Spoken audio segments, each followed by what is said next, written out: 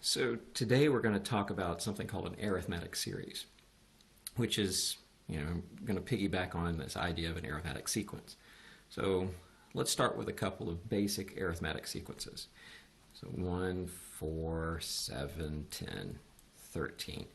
And what I want to do is write an explicit formula for this. Now, as far as your explicit formula goes, the most important thing of the explicit formula is you've got to figure out what your common difference is. And how you figure that out is take two consecutive terms, do right minus left. So I get 4 minus 1, and so my common difference is 3.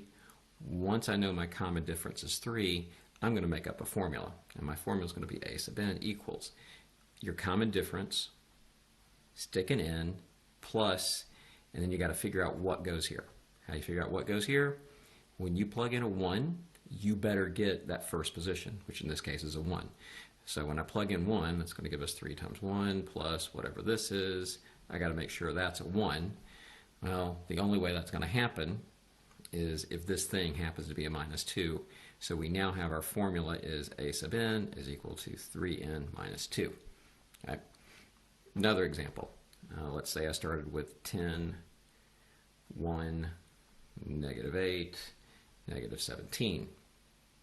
All right. Again, this is an arithmetic sequence. I want to figure out, what are we doing, what's happening from one term to the next. You can look, we see we're going down by 9, but, sort of how we find our common difference, pick any two consecutive terms, do right minus left. I always pick the first two, the 1 minus 10, so my common difference in this case is going to be a negative 9.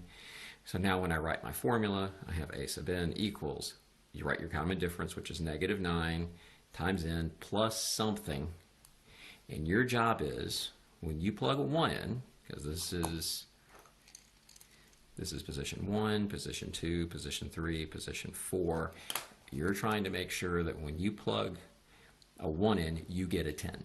So that's going to give me negative 9 times 1 plus something better give me a 10, and when I solve this I figure out my something has got to be a 19.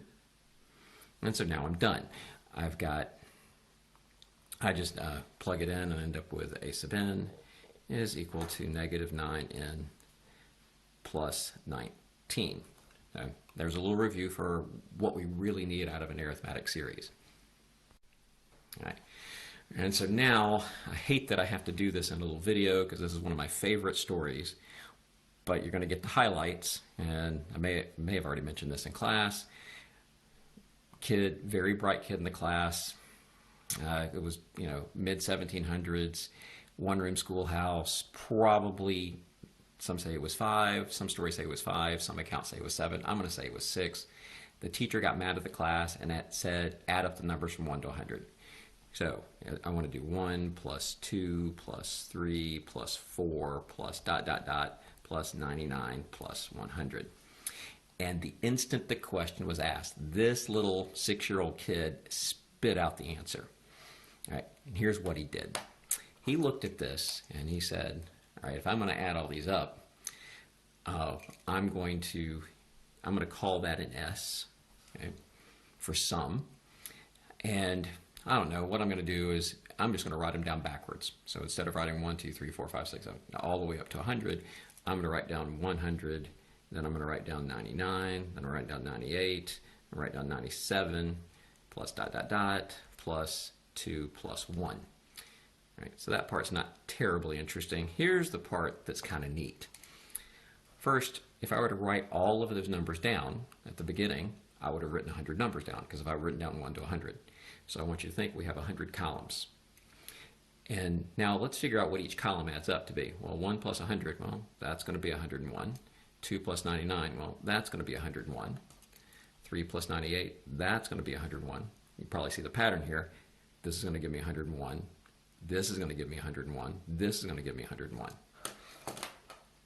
And so how many 101s do I have? Well, if I had 100 columns, I'm going to have 100 101s. Now, here's the problem. That's actually twice what we wanted. Like I have S equals all this. Well, S is going to equal all that backwards, so when I add this up, this is twice what I wanted. So if I want exactly what I want, then that means the sum is going to equal 100 times 101 all that divided by 2, which, if you're curious, is 5,050. Pretty interesting that a 6-year-old kid came up with this trick the instant the question was asked, right? So why did I tell you this problem? Well, believe it or not, this is an arithmetic series. Now, we've already talked a little bit about a geometric series, and all a series is you take a sequence and you add it up. So if I look at this, if I do 1, 2, 3, 4, this is a very basic arithmetic sequence, right? It's so basic that your common difference is 1. Most of the problems I've given you, your common difference is nowhere close to 1. But this, your common difference is 1. And if I choose to add them up, there's this neat little pattern. Now, here's the pattern. Let's do it. Actually, let's do another one. All right. So let's look at a not so basic arithmetic sequence so we can try to develop a formula. So let's look at this particular sequence, 3, 7, 11, 15, 19, 23. And what we know, if we look at it, it's arithmetic because our common difference is 4. We're adding 4 each time. And I want to add all this up. Now, yeah, I know the easy way is, well, I could just sort of figure out some sort of pattern. But we're going to do this the way that kid did it. And so what that kid would do is he would call this S, and then he would say, well, I'm going to write down another S, and I'm going to write down this exact same sequence, but I'm going to do it backwards. So I'm going to say 23, I'm going to 19, then a 15, then an 11, then a 7, and a 3. And so when we add everything together, right, well, 3 plus 23, that's going to give me a 26. This plus this, oh, look, another 26. Oh, look, another 26. Another 26, another 26, another 26. How many 26s do we have? Well, let's just sort of count how many numbers we have. So 1, 2, 3, 4, 5, 6. So I have 6 times 26. And just like in the previous problem, this is twice what we need. And so we end up with S is equal to 6 times 26 all over 2. All right. Now, if you haven't watched a whole lot, this is the important part you need to know. Let's talk about where each of these numbers comes from. Right? What's the significance of the 6? Well, the significance of the 6 is that's how many numbers we have. And since we're dealing, in our formula, I'm going to call that the number of terms. All right. What's the significance of the 2? Well, we have twice what we need, so we're going to have to divide by 2. Now let's talk about what's in the parentheses. Where did the 26 come from? Well, the 26 came from this plus this, or this plus this, or this plus this. It came from when you added the columns. So if I look at this, I can look at that as that's my first term. And I think about the 23, that's my last term. So where did that 26 come from? Well, it came from adding the first term plus the last term. So here's my little formula. So it's the number of terms. It's going to be the first term plus the last term. And this is a big deal. This is what we're going to be using.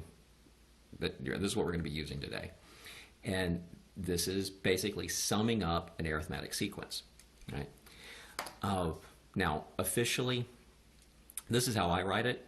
Actually, I'm going to cover it a little neater. So it's going to be the number of terms. It's going to be the first term plus the last term all over 2. If you look in your textbook or any other textbook, they usually write this formula as S sub n, meaning the sum of the first n terms is equal to n, where n represents the number of terms. They'll say a sub 1, which is your first term. Then they'll say a sub n, which is your last term, all over 2. So this is the official version of the formula. This is how I want you to think about it.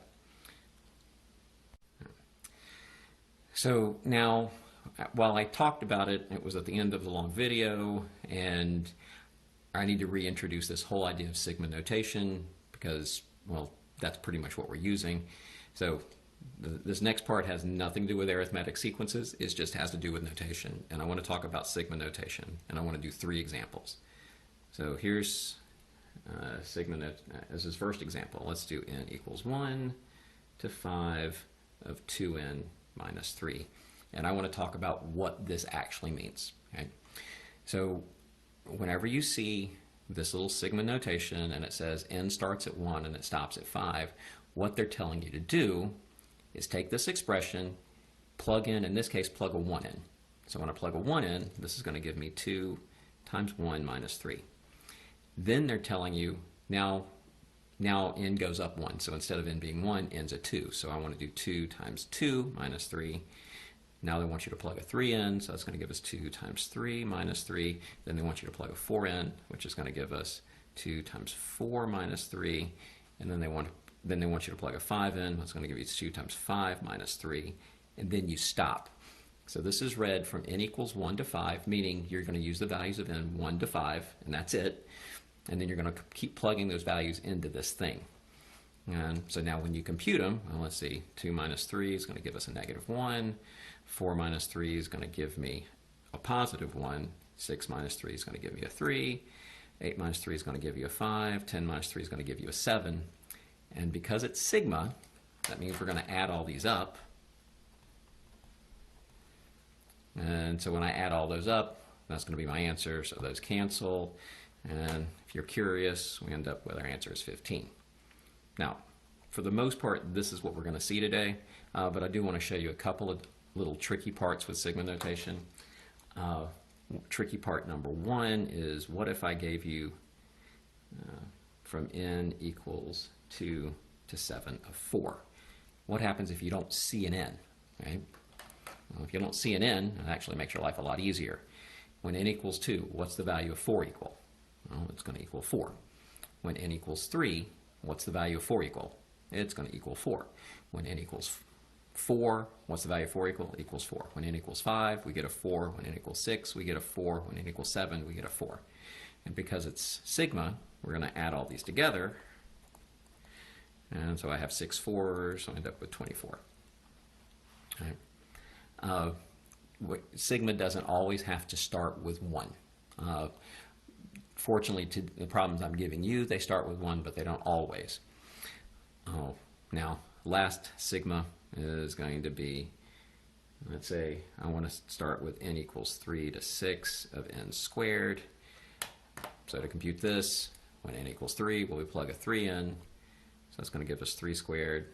Then n is going to go to 4, so I do 4 squared. Then n is going to go to 5. I get 5 squared. Then I get 6 squared. And then when I add all these up, I get 9 plus 16 plus 25 plus 36. So 50 plus 30, and it's going to give me an 86. All right, so let's write our little formula again. So if I ever want to sum up an arithmetic series, I need to know 3 things. I need to know the number of terms. I need to know the first term plus the last term, and all that divided by 2. So all of the questions I'm going to give you hinge around you knowing these 3 things. You need to know the number of terms, the first term, the last term, and then you just plug it into the formula, type it in your calculator, get an answer. So what types of questions am I going to give you? Well, one type of question is I could give you exactly what you need. I could say a sub 1 is equal to 3. I could say a sub n is equal to negative 38. And I could say n is equal to 8. I've given you exactly what you need. I've given you the first term, I've given you the last term, and I've given you the number of terms. And your job is plug it in, come up with the answer. Or your official, as far as the official notation goes, this would be sum of, n is how many terms are we dealing with? Well, we're dealing with 8 terms, so this is the sum of the first 8 terms. And we know the number of terms is 8. We know the first term is 3. We know the last term is negative 38. And all that's over 2. And that's going to give me 4 times a negative 35, and that's going to give me a negative 140. Done. Okay? Sometimes I can be a little tricky, and I don't give you exactly what you're looking for. Like for example, let's say that I tell you that your first term is 4, your common difference is a negative 2, and then n equals 7. I've given you 2 out of the 3. We know our first term, we know the number of terms, we don't know the last term. And so this is why what I gave you yesterday is such a big deal. Whenever I don't give you exactly what you're looking for, you need to come up with the explicit formula. So our explicit formula in this case is we're going to do a sub n equals, now, we know our common difference. I at least gave you that part. So we know our common difference is negative 2n plus something, right? And what I know is, since I know that my first term is 4, I know when I plug a 1 in for n, I better get 4. So when I do negative 2, when I plug a 1 in plus something, I better get 4. Add 2 to both sides. We figure out that something's got to be a 6. All right. So now I know that my formula is a sub n is equal to negative 2n plus 6. And just a quick check, if I plug a 1 in, do I get 4? And yes, I do. Why is this formula so important? Well, this is going to tell me, this is going to help me find my last term. Right? See, if I don't know what's going on, I know my first term, like I know my first term is a 4. I've got my second term, I got my third term. I need to know the 7th term. How do I figure out the 7th term? Well, I plug 7 into this. So when I plug 7 into this, I get negative 14 plus 6, which gives me a negative 8. I now know my last term. So I have my first term, I have my last term, and I have my number of terms. So I know the sum of the first 7 terms of this series is going to be 7 times, my first term is a 4, my last term is a negative 8, and that's all over 2, and that's going to give me a negative 14. Okay, now. All right, so this next example, most of the Khan Academy problems are like this. What if I give you this problem? What's 34 plus 30 plus 26 plus ... plus 2 going to equal? Okay. So you've got at least one Khan Academy problem that's going to ask this. And what you have to realize, it's arithmetic, is what's happening when we're subtracting 4 each time. And anytime you're summing up an arithmetic series, you need to know 3 things. You need to know the first term, the last term, and the number of terms. Well, when I look at this, I've got 2 out of the 3. This is my first term. This is my last term. What I'm missing is the number of terms. How do you find it? Well, everything hinges on coming up with that explicit formula. So I have to do a sub n equals. What's your common difference? Well, your common difference in this case we have is negative 4. Right? That's what we did. That's what's happening. We're subtracting 4 each time. So I do negative 4n plus something. Right? And what I know is, here's my first position, here's my second, here's my third. I know when I plug a 1 in, I better get 34. So that's going to give me negative 4n plus negative 4 times 1. I'm sorry, negative 4 times 1 plus something better give me 34. I just figured out that something is 38. So now I have my little formula is a sub n is equal to negative 4n plus 38. How do I use this? Well, I have to use this formula to figure out, what position this is. I don't know what position this is. I know the value is 2. I don't know the position. Since I know the value is 2, I can plug the value in for this. So that's going to give me 2 is equal to negative 4n plus 38. And then when I solve, I get negative 36 is equal to negative 4n. And so n is equal to 9. I just found out that's the 9th position. I know some of you are saying, well, why don't you just count down? Well, if you're desperate, you can. But in this example, it's only 9. What if that were like the 29th position? That's a lot of counting, and you may mess up. Anyway, so now that I have the number of terms, I have the first term and the last term, I can just plug it in the formula. So number of terms is n. My first term is 34. My last term is a 2. And then I divide that by 2, and so I know the sum of the first 9 terms is this. And when you work the whole thing out, you end up with 162. And the other type of question that's going to show up on Khan Academy is they're going to give you stuff that looks like this. They're going to say, what's the sum from n equals 1 to 30 of 2n minus 1? All right. One thing you've got to realize, you've got to be able to recognize this is an arithmetic sequence. One reason to know arithmetic sequence is that's the section we're on.